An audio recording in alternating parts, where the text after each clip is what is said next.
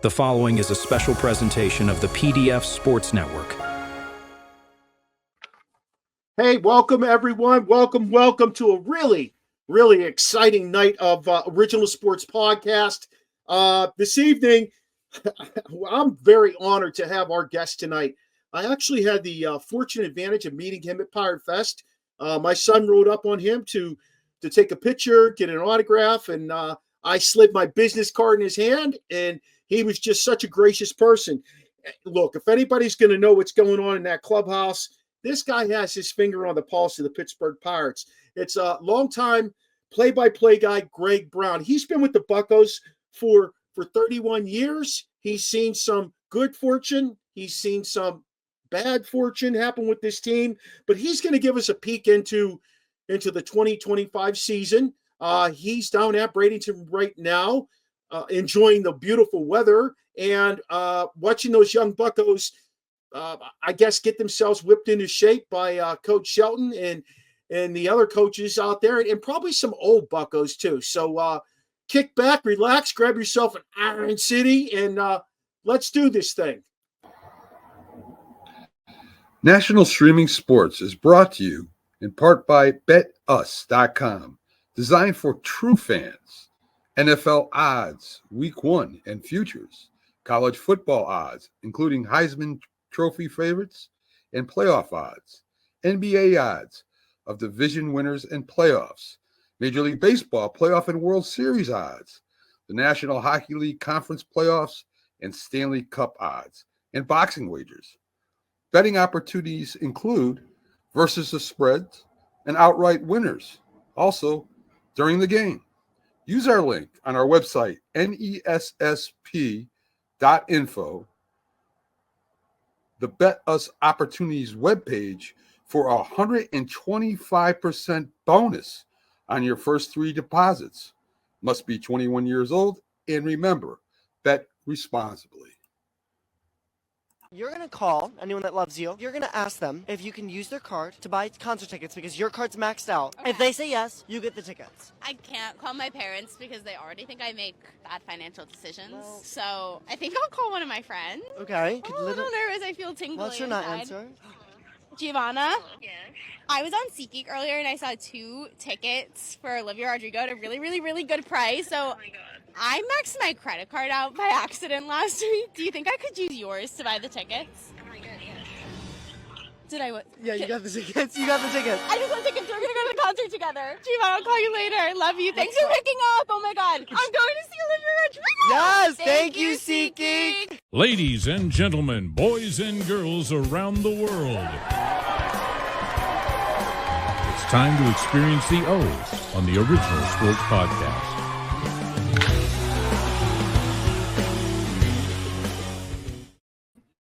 Hey, welcome again, everybody. It's our honor and pleasure to have with us the Pittsburgh Pirates play-by-play announcer, Greg Brown. Greg, how are you this evening? I'm really good now that we've got not only the barber, but the dream and tea sizzle. So that has made my day. How's the weather down there? Today was better. Yesterday was rain out. It rained all day. Today was sunny and cool, relatively speaking. I think it got maybe into 68, 69 degrees or so. But yeah, no complaints down here, man. It's Greg, just don't go to the Keys. I saw they had 9 inches of rain. Oh, no kidding! Wow, flooding and everything. Yeah, outside of the state. Yeah. Hey, Greg, let me ask you a question. This team spent $17 million around there this offseason. That they addressed their needs. I love the latest pickup. I'll be honest with you. This Andrew Haney is a diamond in the rough for that team. But what do you think about some of the other acquisitions? Well, in answer to the question, Barber, I think if you would ask any fan or member of every baseball's organization, maybe aside from the Dodgers, I think just about every fan and member of that organization, being honest, would say we would love to have addressed this need or that need. We did what we could. They would also, maybe even the Dodgers, even though they spent another exorbitant amount of money this offseason. So that's a question that you only can answer at the end of the year. And if you're taking home a World Series trophy, that's when you can say we did what we needed to do. Other than that, there's no answer to that. I think they did address the starting rotation because there was a lot of talk about trying to add a bat, which I understand. But for me, there was a lot of discussion and positive talk about the rotation and how good it was before Heaney. And I was leery of that because I felt like it's pretty good, but you're relying now, last year, Jared Jones burst onto the scene right on opening day out of spring training. And I mean, burst onto the scene. A lot of us didn't really have him on our radar. And then, of course, Skeens came up in early May. So you had Keller, you had Falter in spring training. With a flip of the coin, he turned out to be well above average, this left-hander. But many were thinking that, boy, Bubba Chandler will be this year's Jared Jones. So it'll be Skeens, Keller, Jared Jones, Bailey Falter, and now they have this young flamethrower, Bubba Chandler.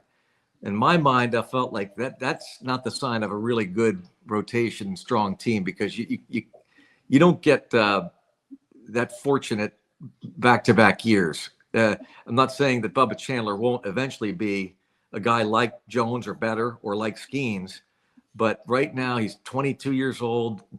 They're a better team at the big league level if Bubba Chandler is part of a rotation at AAA Indianapolis and honing his skills and getting ready should someone falter at the big league level or injuries crop up. So that was a critical sign for me. That was a really strong sign by the Pirates to get the lefty Andrew Heaney. He's got major league experience. He's had success.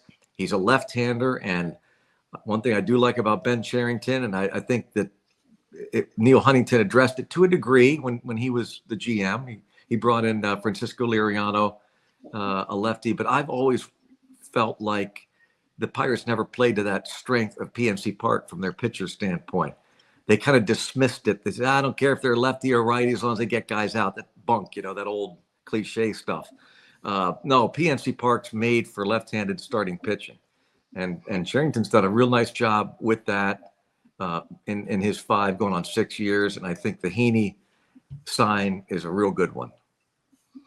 So with that being said, would you say that Heaney was the biggest offseason acquisition, or would you go another route?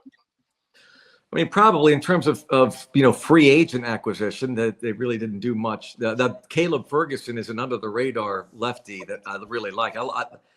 What's not getting a lot of attention right now, and that's a good thing because it got a lot of attention last year when they signed Aroldis Chapman to a $10.5 million contract, and I said then, and I'll say it now, he did a nice job, but for the Pittsburgh Pirates to sign a one-inning setup man to $10.5 million made no sense to me. But that was what they decided to do. And, he did a nice job, but the first half of the season, you look at the numbers, how many guys that guy walked. The bullpen was just a disaster last year. And there was so much talk about when they added Chapman, as a setup man for Bednar and what that might do with Holderman and Ryan Barucki, the lefty who had been so good the year before. And they're setting themselves up for a really strong bullpen. And all these teams do this. It's the most volatile position in baseball, the bullpen, for every team. You never know what you're going to get from one year to the next. But I like the fact that they just didn't sit on last year's pen. They made some changes. They bring in the lefty Ferguson. They got another veteran lefty in Tim Meza, big league experience. And you add that to a healthy Bednar. Bednar looks good, determined, slimmed down a bit. Colin Holderman, Kyle Nicholas, Carmen Majinski, Dennis Santana. When you look at his numbers, Santana's got a lot of big league experience. The Pirates picked him up last year, and he was tremendous. So I think that bullpen is going to be a huge strength this year. And in terms of the one free agent sign, the biggest name, if you want to call it that, is Heaney. But again, under the radar, I'm going to go with Caleb Ferguson. So we were looking at Spencer Horwitz. They picked him up with a trade with three team deal and he comes with a nagging wrist injury. Why do you think Harrington made that acquisition to? I understand help out the first base situation, but why do you think he made that deal? Give up so much with Ortiz then? Well, I mean, he going back to the question about addressing a need, that was an obvious void there at first base. They wanted to do that, and he felt like the best way to do it, because he couldn't spend, I don't know, more than, I don't know what the budget was, but they can't get those big time free. A Paul Goldschmidt comes to mind, for example. I guess they felt like they didn't want to spend that much money on a Goldschmidt. They have familiarity with the Blue Jays, this group, with Charrington and Shelton and Steve Sanders, the assistant GM. They spent some time with Toronto. So you'll notice they've made a lot of deals over the last few years with Toronto, specifically because they know these players. And they like Horowitz. He's an on-base guy, maybe not a big home run hitter, but a doubles guy, going to drive in runs, outstanding defensively at first base. And that old cliche that you've got to give up something to get something. And yeah, Ortiz was really good. You could argue that he was the most consistent pitcher from start to finish. And I say that including Skeens, because Skeens didn't come in until May, about the second week in May. But from the start of the season to the end of the season, Ortiz incredibly reliable, ended up being a fixture in that rotation. They obviously believe that Horowitz can fill that void. It's kind of been a Bermuda Triangle for the Pirates over the years, getting a first baseman who could be situated there for a number of years. Horowitz is controllable. That's a big deal in baseball these days. I have a couple of pretty close friends in the Blue Jays organization, and I asked them after the acquisition to give me the real lowdown on Horowitz. One guy said didn't see him hitting a lot of home runs, but kind of what I said, gap guy, RBI guy, clutch guy. Another friend of mine who's pretty high up in the baseball development department said he can just plain hit. And I like that from a scouting perspective from another guy, another organization, the organization from which he came. He can just plain hit. And the Pirates can use hitters. They need guys, maybe not home run hitters, because those guys are expensive, but guys that are going to hand that baton off and get it down the line from one guy to the next, not strike out every time up, especially caught looking. It drives me nuts. The way the teams like the Pirates, low revenue clubs are going to win, especially the Pirates makeup right now, strong starting pitching, get that bullpen, and run the bases, do the fundamentals and defense. And that's how they're set up right now. Who's going to replace Horwitz till he comes back? Well, I mean, like, the anticipation is what, May? Well, I've heard different things. Initially, when I first heard it about a month ago, I heard maybe mid-April. And so, these teams never, including the Pirates, they never want to come out and say mid-April just in case it ends up being late April or early May. But I think internally, optimistically, I think that's what they're thinking, though they won't say that publicly. In terms of who replaces him now, options are some guys that are in camp as non-roster invitees. DJ Stewart, who has big league time, last couple of years with the Mets. Big left-handed hitter who hasn't played much first base, but said he's willing to play. He's more of an outfielder, DH. They also have Derek Hall, who was with the Phillies organization for the last handful of years, and put up really good numbers at AAA, and obviously has been blocked over the years by Rhys Hoskins, now Bryce Harper. Adam Frazier has played some first base. Jared Triolo, outstanding defensively at first base. They have some options. I don't know if they're great options, but not bad, especially if a guy like, if today, if you pressed me and said, who's going to end up being the starting first baseman on opening day, I might say Derek Hall. The one thing about guys, and you guys know this, and I keep impressing upon our listeners and viewers, we've done a couple of games in spring training, and I have to remind myself of this every spring. We get caught up in all the numbers. We get caught up in the guys when they start doing well or poorly for that matter. But when we look at the roster, the 26-man roster, the 13 pitchers, the 13 position players, almost 90% of the time, that's a rough estimate, these are guys that when they come to camp, they are on the 40-man roster. It is really hard for a non-roster invitee to come into spring training and win a job, especially teams that pride themselves, like the Pirates, on the talent that either they've developed or the roster makeup that they've put together over an off season. They spend so much time poring over numbers and looking. These are the 40 men that these are our guys. And now spring training comes along and you've really got to fight to trade this non-roster invitee. Who are we going to take off this roster? We love these 40 guys. Who are we going to take off and expose them to waivers? So it's still maybe perhaps a long shot for a guy like Derek Hall. But again, if you pressed me, who's going to be the opening day starter in Miami? If it's a right-handed pitcher, I assume it would be for the Marlins. It's going to be a left-handed hitting first baseman with power, with pop. That's Derek Hall.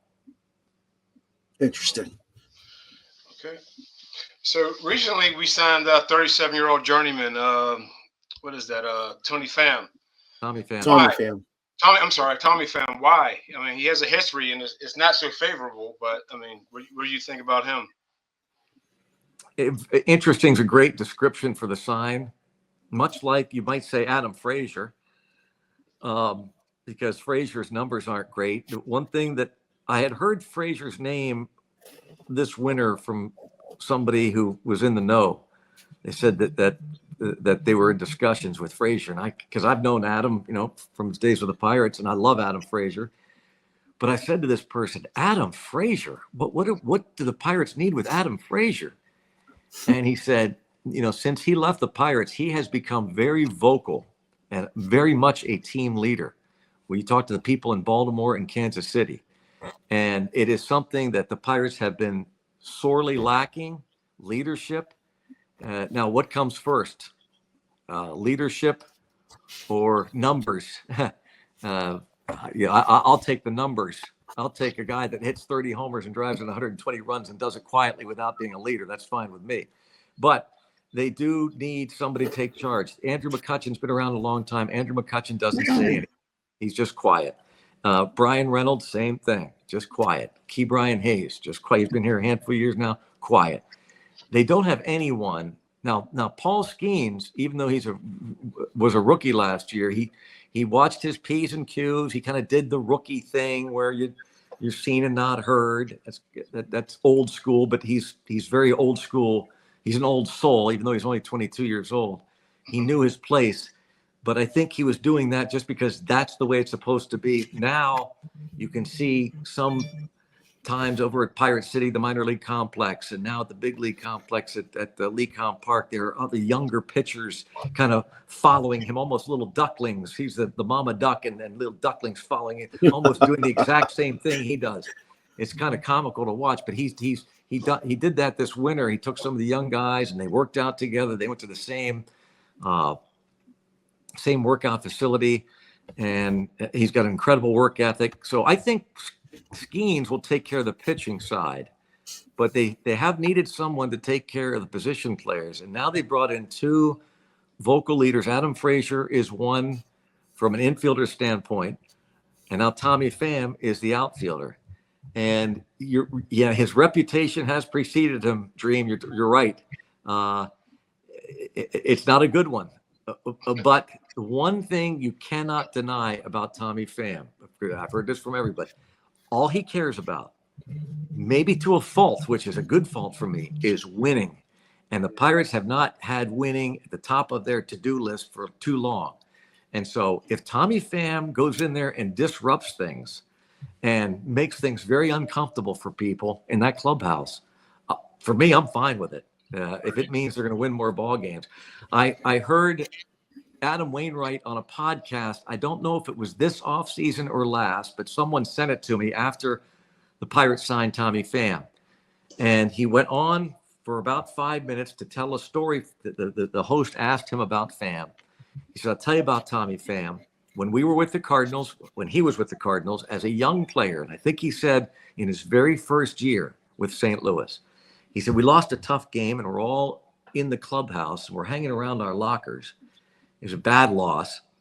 And here's this kid who walks in, relatively inexperienced outfielder, Tommy Pham.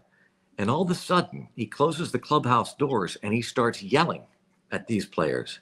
And he starts going around to each locker and he goes, you're lazy. You play too many video games. You're fat. This is the veteran pitcher, Adam Wainwright, telling the story. He says he's looking at Yadier Molina, his veteran catcher, next to him. They're like stunned, like, who is this guy doing this? They kind of whisper, should we stop him? And they both said, actually, no, because everything he said was spot on. He was like calling each guy out. And I like that. I don't know how it's going to end up. It may be a complete disaster. If they're losing and he's not playing well or he's not playing enough, I don't know what kind of guy he is. He's not got a good reputation, but you think that's why they brought him in, Greg? You think they brought him in? I do that. Yeah, I think that was the main reason. I think they think he can still play. I think he's going to play a lot of left. Oh, I definitely think he can still play. Yeah, I mean, his numbers haven't been great the last couple of years, but he's got an over 800 OPS lifetime against lefties. So I could see a platoon with him and like a Joshua Palacios, a left-handed batter, or if Jack Sawinski finds it again, I could see a platoon. He's going to play left, or they are going to play left. Reynolds is going to play right field this year. That was the game plan last season. It didn't work out for whatever reason, but he's going to go in there and play right field now every day, which is better on the legs. There's not much room to cover in right. You got O'Neill Cruz in center. But anyway, the Tommy Pham thing is really interesting. This season is interesting for a number of reasons. That's just one of them. I'm so curious to see how these personalities work out and what a guy like Tommy Pham does for this team.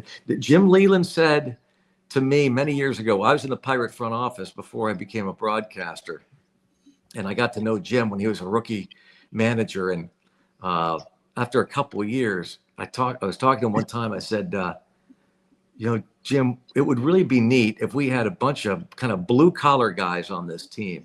Win or lose, Pittsburgh loves blue collar guys.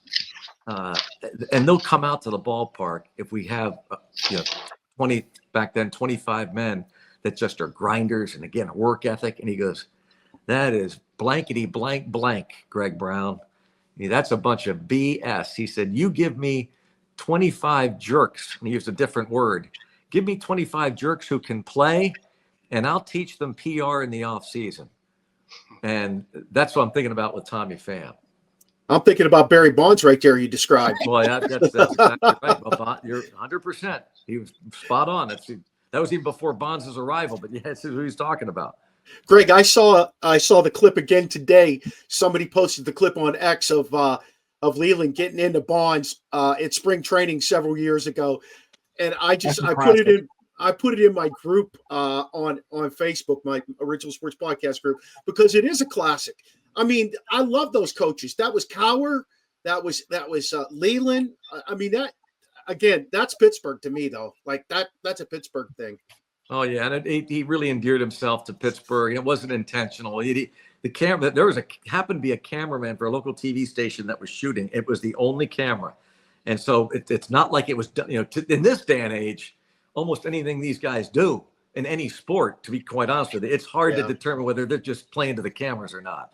Yeah. But back then, they weren't covering the team every day, 24 hours a day, 7 days a week, and there weren't cameras all over the place. This camera just happened to heard a little skirmish out there in left field. It was at the minor league complex. It was even before the Pirates started playing big league games. Yep. At then McKechnie Field. And Leland laid into to Bonds, and Bonds gained a great respect for Leland that day, and to this day they remain close friends. And there's no reason why that can't happen. This is for a different type of podcast, not sports, but it's societal. Where have those days gone when someone could rip the living daylights out of you and scream bloody murder and embarrass you. And I believe me, I've spent time in a front office, so I've done it all. And I've had bosses, you have families, and they scream but they do it because you're all on the same page, because you all want to try and win. I love those examples where, and I've told this story to when again, I was in the front office of a couple of different organizations, and especially the last few years when you have to walk on these eggshells and anything you say can be used against you and will be, you'll be canceled. But man, I long for the days when you close the door in a meeting. And I'm telling you, man, years ago, I remember bringing, and I'm not necessarily proud of this, but bringing a cohort to tears. She happened to be female. She's a great friend of mine. And I'd have been gone, and scream back at me. But then when the door is opened, all of a sudden you're all in this together.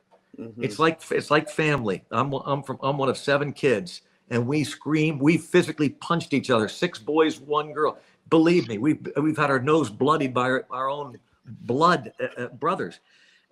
We had in our house in Harrisburg, we had literal holes in the walls where one brother's head was thrown through. One guy had 1 tooth out because one brother threw him up against the bedroom railing. I mean, but that's okay to do. But then once we went outside, like, don't you dare talk about the Browns. Right. We can talk about the Browns. You can't. Right. Sounds like we're talking about WCW here or something. What's going on, Greg? Yeah, it was. I mean, those were the days, man. Those were the days when my mom just said, let them have it. They'll figure it out. Yeah, hey. Rasheen and I get into it like that all the time. Somebody just told us we're like blood brothers instead of brothers on the podcast. We're always going at it. Now the thing is, though, are you guys ever physically in the same place, or are you always remote? Yeah, no, we get together. We do an on-location show once a month. Okay. Yeah. Oh, then it counts. Okay. Because you can talk a big game, get the beer muscles if you're like remote. But we have a lot of fun when we go on location. We have a cool place here in Frederick, Maryland called Frederick Social, and it's a really neat place. They have a big beer wall, and you can have whatever drink you want. You just put a card in the machine. And you pour it, and it adds up your total. You can have a different beer. Gosh. Yeah. Wow. And we have a nice space there, and they treat us really well. So it's our new home for our on-location show. I was in Frederick, I don't know the arena, to see Phil Vassar, a country music singer, about 6 or 7 years ago. Probably the Weinberg. Yeah, I think that's it. Yeah. And so fairly familiar. I grew up in D.C. in the Harrisburg area, so that area of the country is not too unfamiliar. Right. We have the minor league baseball stadium here. Yeah. It used to be the Frederick Keys, and they are in limbo right now because Cal sold them. So they're supposed to come back here. If they don't come back to Frederick, they're redoing the whole stadium to get another affiliated team here. So we're very excited for that. Right now they have one of those draft league teams, which is fun. They pack the house for that. That's nice, but the Frederick deserves a pro baseball team. Yeah, that's a pro baseball city. Yeah, I spoke to one of the guys from the Orioles, and he said once they get done with the renovations, there's a big chance they'll be back. So good. We'll keep our fingers crossed. Good. We got sidetracked. T-Sizz, you're up, buddy. Hey, Greg, you alluded to O'Neill Cruz heading out to center, and we're looking at this. I can't even pronounce his name. Falafel. Isaiah Kiner Flav. I don't know. But anyway, him being a utility player, is he going to be potentially taking over that shortstop spot, or where do you see him being productive for the team? Well, the intention when they moved Cruz and they made that deal was to make IKF the starting shortstop, and I think that is still the intent. Although, he's pretty much admitted, to be frank, that he's a better player as a utility guy. For me, just as a fan, I don't know that Isaiah Kiner-Falefa is an everyday first baseman, a shortstop. I mean, you're talking about 140, 50 games at shortstop. I don't know about that. So my hope is that he's kind of keeping a seat warm maybe for a guy like Leover Peguero, who was a top prospect. It was the first trade that Ben Cherington made in 2020, trading Starling Marte to the Arizona Diamondbacks for a pitcher named Brendan Malone and this young, athletic middle infielder, Leover Peguero. And he's had cups of coffee in the big leagues, but he's erratic at short, but he's very athletic. And I just wish somehow, some way he'd kind of find it. Nick Gonzalez can play a little shortstop, but I think it's almost similar to IKF in that, he's better suited for second. It's really kind of amazing because they've had either through the draft or through international signings, they've had a boatload of middle infielders and just have not had the fit yet at short. Now, again, they made this decision. It was going to be Cruz. Cruz wanted to play short. I don't know how, I didn't take a stance. When people ask me, do I think it was the right move? I still don't know the answer to that. We'll never know. I guess the true answer would Cruz have been a really solid all-star shortstop every day if he stayed there? Like I said, we'll never know. They felt like he's better off in the outfield where he can use his legs.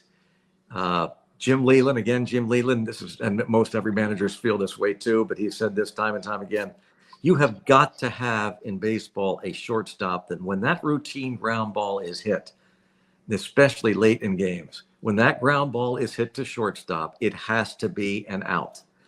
And though Cruz was continuing to learn that position the last couple of years, almost every time, no, not almost, I'll say it, every time there was a ground ball towards shortstop, I kind of held my breath. And I think Pirate fans were the same, that once he fielded the ball, then you're going, okay, now what? So it's twofold. Did he get to the ball, field it cleanly, and his throws?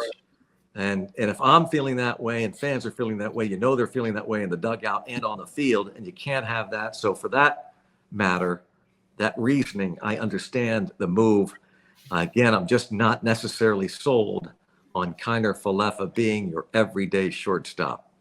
He kind of gives me that, Cruz gave me that Pedro feel to him. Alvarez at third base. That's where I understand exactly what you meant. Exactly. Yeah, he started to improve with it. He really did. In fact, what got really bizarre, like last year, and I kept looking at my broadcast partner, would be like, what is that? What's going on there? He couldn't keep the ball in his glove. I said, does he need a bigger glove? Throws from the catcher, drop. Pop-ups, drop. Like, what is happening? Relays from the outfield, he'd drop them. Like, what is going on? So that became more of an issue even than the throws. I'm glad that I will say that toward the end of the season, and I think it was the last month where they moved him to center field, I asked him toward the end of the year, okay, give me something that you like. I know he didn't want to go out there, but I said, give me something that you like about playing center field. And he just went, nope. I said, what? Nothing? He goes, nope. So you don't like anything about center field? Nope. So whatever happened this winter, maybe somebody did some talking to him, or maybe in reflecting on things, he's come in with a really great attitude about center field, and he's put shortstop behind him, which is critical that he doesn't, he's not shrugging his shoulders, and he's not shaking his head, and he's not walking off the field like, woe is me. He's now accepted center field as his position. I think it's going to help his bat, to be honest with you. It might. It very well could. I mean, he doesn't have to worry about those throws. And the thing about, not to label it, but it's true especially with Latin shortstops. It's just the way it is. First of all, they're all proud. You have the Dominicans, the Venezuelans, very proud of their homeland, and especially proud when they're shortstops.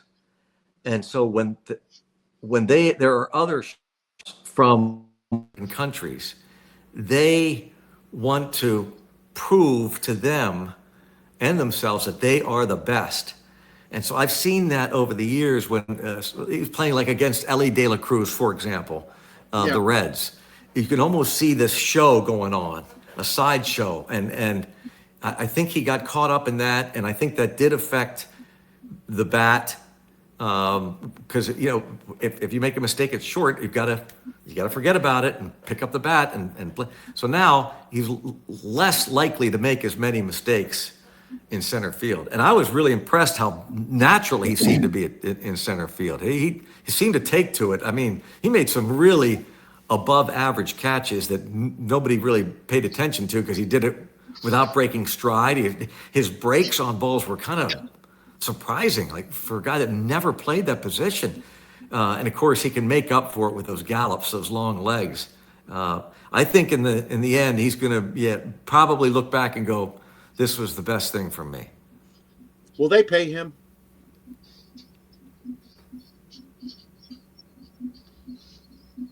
Can you hear me? Oh, we kind of lost you, Greg. I think I lost your audio. Yeah. Yeah, we hear you. Can you hear us? We can't see you. Lost your audio, guys. Huh. Let me take them out and put them back in. Do a little song and dance while we figure that out. Yeah. Are Dream and Sizzle hearing you, Barber? Yeah. Huh. Yeah, I'll be darned. I did not. I didn't touch anything. Your screen went dark on us. I can. Like I said, I can try and do a little. You want to leave? Maybe I tell you, if anybody has a pad or pen, you could jot down just one word and show it to the camera, and I'll know what you're talking about. If that's the way to do the Q&A. You want to leave? I can see you laughing, but I don't know if you're laughing. Maybe you're just. No, I'm laughing. You want to leave and come back? Obviously, you can hear me, but I can't hear you. That's wild. I can't even text him. I don't have his number. Let me. Huh. I'll write it. I'm gonna write it. I'm back. Oh, you hear us? Yes. Okay. I think something triggered. I didn't touch anything, but something triggered it. So I don't know what. What were you going to write down, Dream? Will they sign Cruz? Yeah, that's what I had. Long term. Nobody knows that answer. Don't know. The Pirates get criticized. I want to say more than any other team in baseball. I don't know if that's true or not. I see national pundits taking shots at them. But I do think that just about every small revenue team hears it. In fact, I was at the ballpark today, and I had a 2-inning debate with 2 Pirate fans out near the left field bleachers. I was walking out to see a buddy of mine who had come in from out of town, and they stopped me and they started chatting. It was civil, but it was a debate about this whole thing that the Pirates don't sign anybody, and the owner's cheap, blah blah blah. And I've told people I feel like if anybody has a PhD in Pirates ownership, management, fan interaction, it might be Dr. Greg Brown, because I was in the front office for 10 years. I'm an old guy. I'm old. So I go back to the Galbraith family. John Galbraith and Dan Galbraith owned the team back in the, I knew Dan better than John. John, the dad, bought the team back just after Barney Dreyfuss had it. So you're talking like in the 50s, and they owned it into the early 1980s. And I got to know the family. I still know the grandson, Squire's a friend of mine, his siblings. And they lived in Columbus, Ohio. And even though the Galbraith family brought Pittsburgh 3 World Series championships starting in 1960, another 1971, another 1979, I won't say they got run out of town, because back then in the 70s into the 80s, a lot of the family-owned baseball teams were sold. The Bushes sold the Cardinals. The Carpenters sold the Phillies. You can just go. The Wrigley sold the Cubs, and the Galbraiths sold it. But they were never treated, I think, in their minds, or mine for that matter, as well as they should have been, because they were looked at by the public, and I think the media had most to do with it, as out-of-towners that didn't know what was going on in Pittsburgh, carpetbaggers. And it was so unfair. They'd bring 3 championships, and it still wasn't good enough because they were operating a team from Columbus, Ohio. And how can you know us? So it was very unfair. But that's kind of been the mindset of fans and media over the years. And I don't necessarily think it is unique to Pittsburgh. I believe it's just the way it's been in baseball over the many, many years, 150 plus years of Major League Baseball, that it just seems like the evil empire, the nemesis of every big league city is that team's owner. And it's been fractured between fans and owners, and media and owners, and it's especially true in Pittsburgh. So that's a long-winded answer to say, and to finish up by saying, I do believe that the owner of the Pirates has done within his means, which is taking whatever revenues he gets and spends it on the team. He showed that in 13, 14, 15.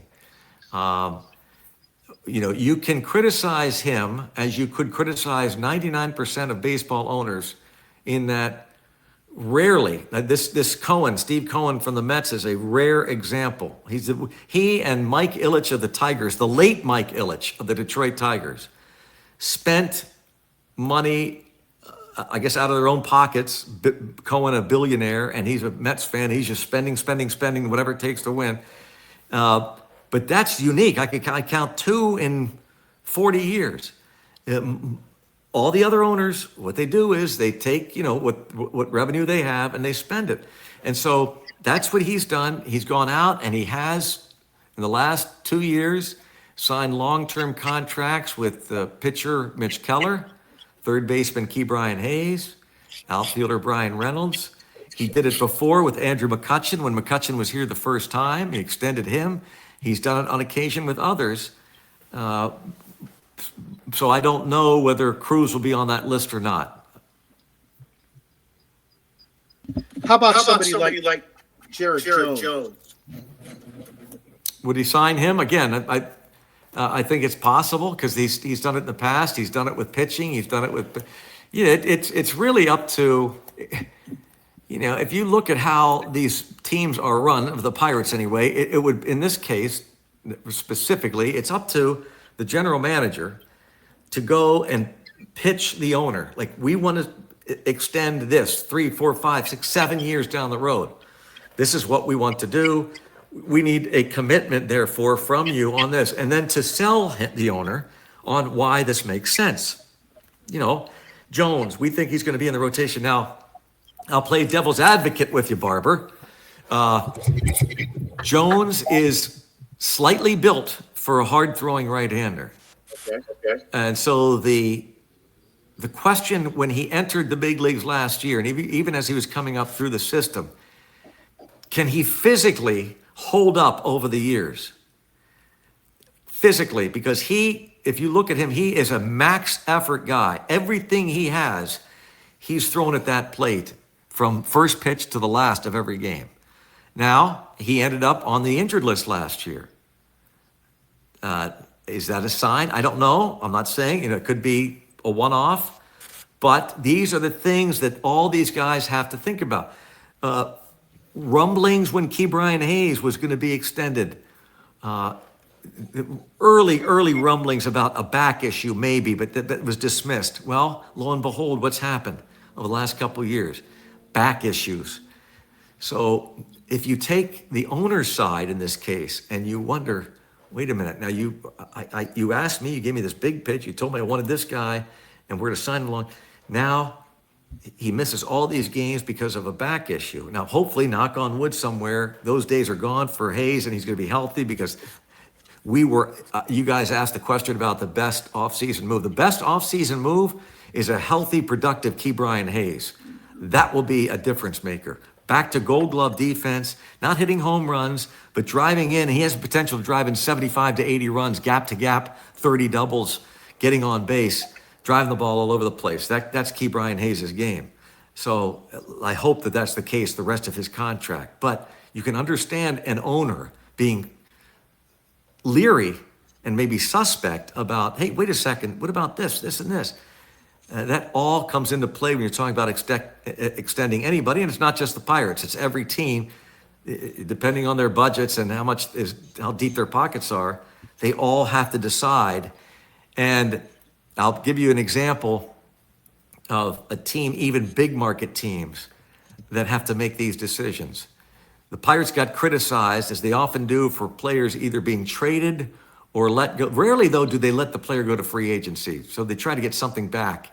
Over the years, it's not been a ton of high-profile free agents, by the way, or players, stars, that they did let Bonds go. That was a previous owner. That was 2 owners back in the early 90s, by the way. They felt like they couldn't keep him, which was a terrible blunder, by the way, on those owners' parts. Bob Walk, my partner, says, how foolish were they back then? They signed me over Barry Bonds. And it ended up getting the general manager at the time fired. They ended up signing Walkie to a longer-term deal. But that's the kind of stuff that's been going on forever. And so they've done this. They have to make these decisions. Do we keep a guy? Do we let them go? And again, it happens over the years for all these owners, and not just the current one. And again, they get criticized. As I mentioned, not a ton of time, especially under this owner, have they let big name players go at the peak of their game through free agency or trade. The one guy that comes to mind was Garrett Cole. Cole and McCutchen were traded the same offseason. McCutchen's career, you take a look at it. And this is also something that drives me crazy with media, and I talk to the local guys in Pittsburgh about it all the time. An easy talk show line, subject. If you want to get that phone ringing, hey, I'm a talk show host, sports talk in Pittsburgh. Phones are dead. Let's talk Pirates. Pirates have a cheap owner, Bob Nutting. Brr, phone's ringing off the hook. Nutting's cheap, can't stand, never go to another Pirate game. Nutting. They let these guys go to free event. Well, nobody goes back and relitigates these things, which when a player goes elsewhere and succeeds, that's all you hear about. A handful of times that happens. Look at these players that go, the trade of Tyler Glasnow goes down. When they signed Chris Archer, look at that, they let Glasnow go. Well, nobody talks about Shane Boss, who's been injured. The other pitcher that was in that, Austin Meadows, God bless him, but Austin Meadows had a good year, and now he's had some physical and mental issues that have kept him off the field for 2 years. So again, nobody relitigates this stuff. Nobody goes back and talks about how, and again, not being critical of Andrew McCutchen, but if you look at his career, they traded him at the perfect time. I mean, give them credit for that. And they did trade Garrett Cole with 2 years left on the contract. You know where they traded him to? The Houston Astros. And after 2 years, even the Houston Astros couldn't afford to keep him. But nobody talks about that. So they talk about the cheap Pirates. Nobody says cheap Astros. And the other evil empire. So that stuff drives me crazy because, again, I think it's easy to sit back and just throw up. And it takes a little work to look into this stuff. Look into why this current owner owns the Pirates. Do some work on that. The reason he owned, God bless the previous owner. We wouldn't be here without him because he got a consortium together of other investors. He helped build the new ballpark, but he was such a fan of the team. He insisted to the general manager that when we move into a new ballpark, we will sign this guy, Jason Kendall, to a long-term deal. Money the Pirates had never thought of before. Jason Kendall was his career a singles hitting, good average catcher, batting average wise.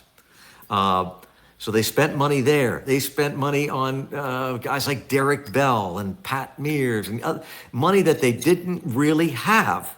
They end up losing 100 games the very first year of PNC Park. And in short order, this owner, great guy, big fan, insisting to sign all these players, all of a sudden look at the books. Uh-oh, we're starting to bleed red ink here. We're in trouble. We're in really serious trouble. We need an infusion of cash. So he goes around and essentially, I'm simplifying this, he sends out an SOS to several of his investors. And he says, we need money fast. And one family steps up. And it's Bob Nutting, Ogden Nutting, his dad, and Bob Nutting. And they infuse this capital that's necessary. And eventually they start adding and they buy out the previous owner. And again, I'm simplifying things, but you could, to an uneducated guy with me when it comes to finances, pretty much what happens, he says to the previous owner and anybody that will listen, I'll buy this team from you, but I will never run it like this again. I'm going to run it like a business.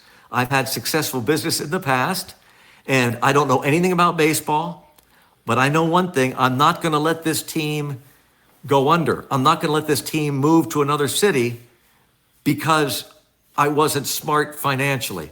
And now he gets criticized for it, and it looks bad because he doesn't spend all this money that he doesn't have, or some people think he has and he could, spend his own pocket money, which again, I go back to the idea that no owner does that, very few. And again, you could criticize him for being a good, perhaps frugal, maybe too strong a word, businessman, but he's got the Pirates on solid ground. I mean, it's not going. Pirates aren't going anywhere. So let me ask you. I know we're a little off here, but he knows nothing about baseball. You take a look at the new owner of the Washington Commanders.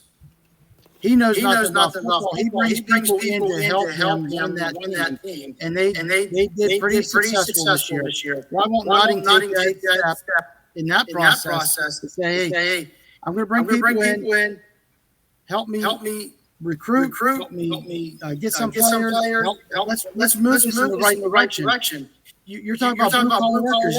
Yeah, that's going to motivate us and keep us coming out to the ballpark for so long. But after a while, with 100 losing games every season, it's hard to be a fan.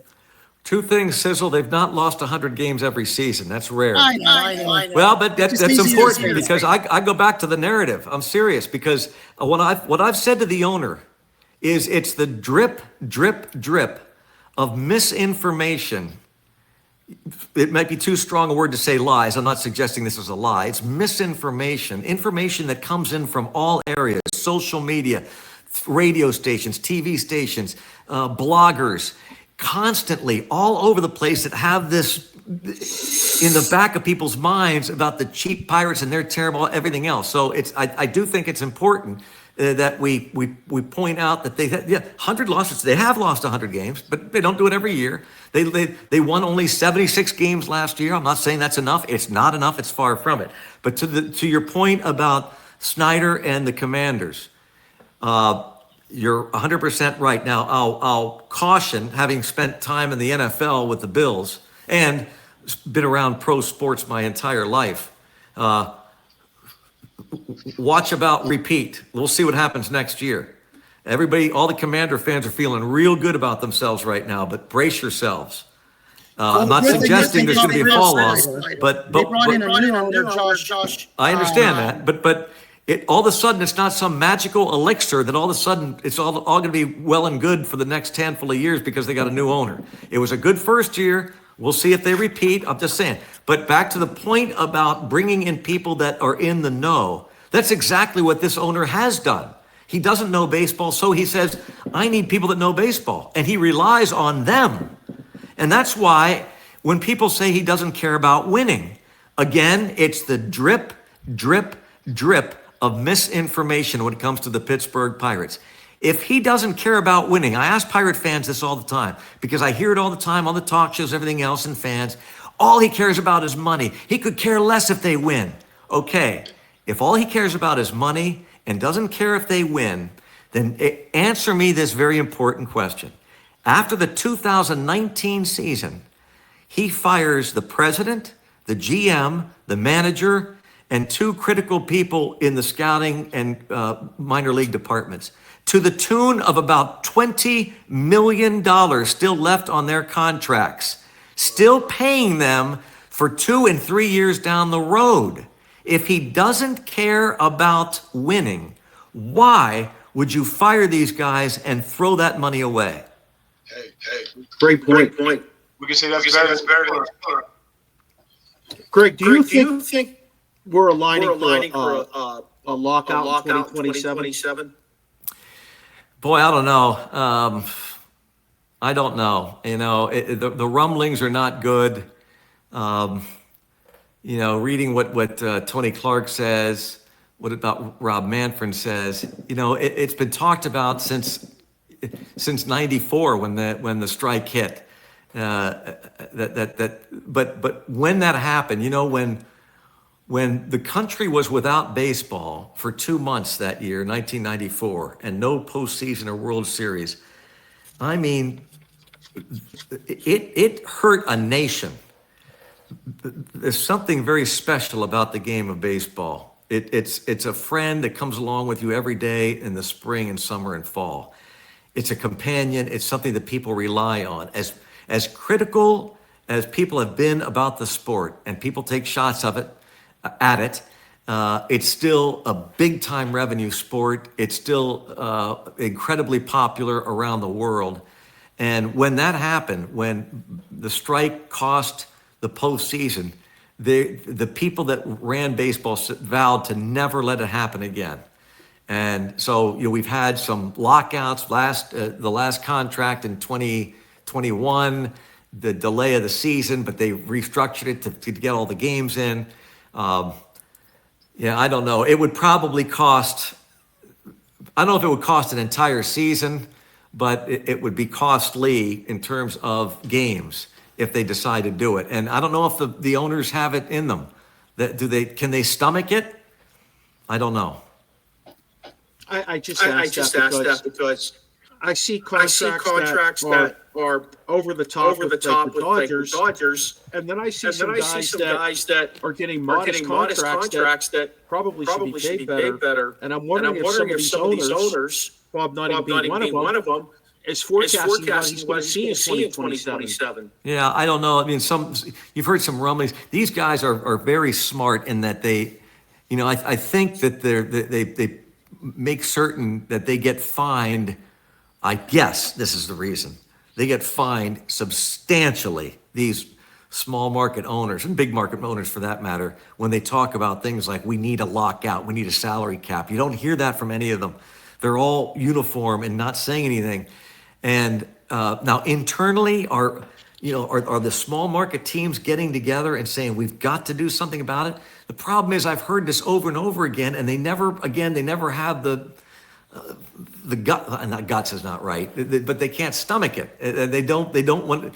It's too costly, I guess, financially to sacrifice a whole season. But if I'm a small market team and I take the gruff that Bob Nutting, I'd certainly think long and hard about it. I've had discussions with players over the years. I've had those that have been retired, those that have been in the union, those that have been out of the union, current players about, don't you see that the union essentially is for the big name players, the big market guys, the handful of superstars? Yeah, they certainly don't want a salary cap because they get rewarded. But it's the middle of the road, the average guy, the vast majority that it costs them more, because if there were a salary cap, they'd make more.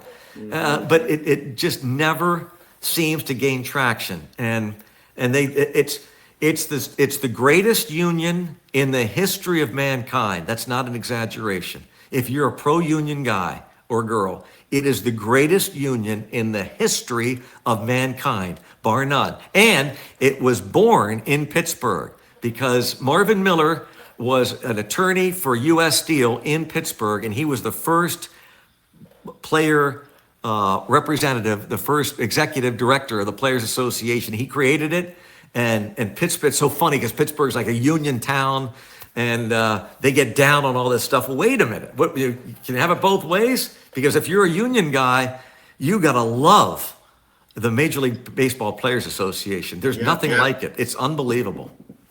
That's so interesting about Marvin Miller. I remember him. I mean, I'm almost 60, so I definitely remember. Don't whine about age to this guy, please. Hey, final question for you, my friend. And I'm going to let you get about your wonderful evening.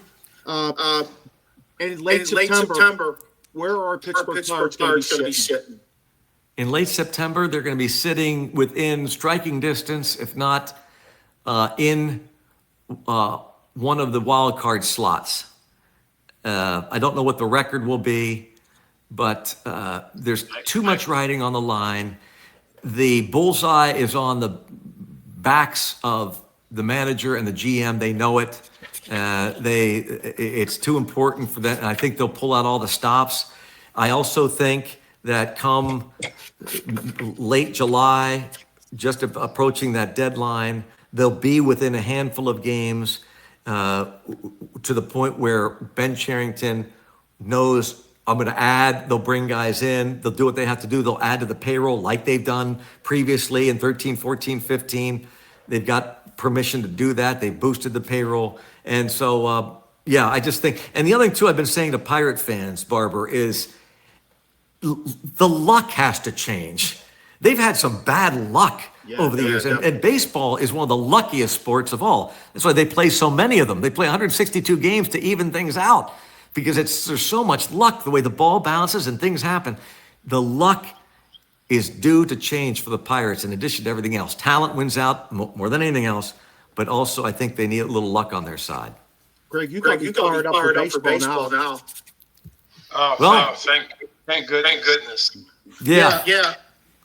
I'm fired up. I thought I was going to get the Brown beat down like that with your brothers. Hey, thanks so much for joining us. Sizzle, by the way, I just want to add this. You're talking to a guy who was born in Washington, D.C., and whose family, all my older brothers were all Redskin fans. And to this day, they watched. Now, I grew up a Bears fan for some crazy reason. That's another story. But they're all still Washington Skins, whatever you call their name. We still call them Skins. Okay, they're all still Skins fans. And I root for them too, believe me. I'm not rooting against them by any stretch, but I'm just saying that having been there and done that it is hard to win in sports. And it's a great story that the new owner comes in and what happened. It's like a Cinderella story. But now I'm anxious to watch and see if Washington can maintain what we know sports is cyclical. We're just waiting for our Buckeyes to come back around. We're hopeful, and you got us fired up. I'm ready to watch some spring ball. I can't wait for the season to start. Keep the faith. I keep telling Bucko fans, keep the faith. Yes. Got my Bucko shirt on. Hey, we'll look you up when we come to the stadium, Greg. Have a great rest of your time at spring training, and keep doing your thing. You're wonderful to listen to. Thanks a million for saying that. Dream, Sizzle, Barber, thanks, man. Thank you, guys. Thanks for having me on. Okay. That was pretty cool. He really brought some. He really got me kind of fired up. He really shared amazing stuff with us that you got to listen. If you're a Pirate fan, you got to listen to this show and hear what he had to say, because I feel like he gave us some really deep insight on a lot of things. He painted a different picture of Bob Nutting for us. Basically, my follow-up question to that was, okay, why did they cut those guys at the end of last year, right before they were getting ready to get their signing, that bonus? Yeah. If he's so worried about winning and not the money, why did he cut them right before the money? But I wasn't going to get into that. And that wasn't my original question. My original question was about AI being used this spring training to help call balls and strikes. I love that. I love it, Terry. I think it's great. I've seen it used in the minor leagues. I've been at games. I watched it over here, the draft league last year, and I think it's great. It really helps. It really helps some of those guys when you have just really bad umpires, because some of those guys are not very good. Yeah. So Fellas, thanks for joining me on this show. Great to see T Sizz back. He's had a lot going on in his life, but hopefully he's back on with us on a regular basis. We're going to drag his butt to Terrible Talk when he has some time for that too. So it's awesome to have him back with us. Don't forget to reach out to the Original Sports Podcast. You can check out our webpage, originalsportspodcast.com. We're on every social media you can imagine. We're either Original Sports Podcast or OSP with MM. Don't forget to watch our Terrible Talk on Thursday nights as well as on Sunday nights if you miss Thursday on Roku, National Streaming Sports. For me, The Dream, Sheen, and T Sizzle, thanks for joining us tonight, and have a great evening, everybody.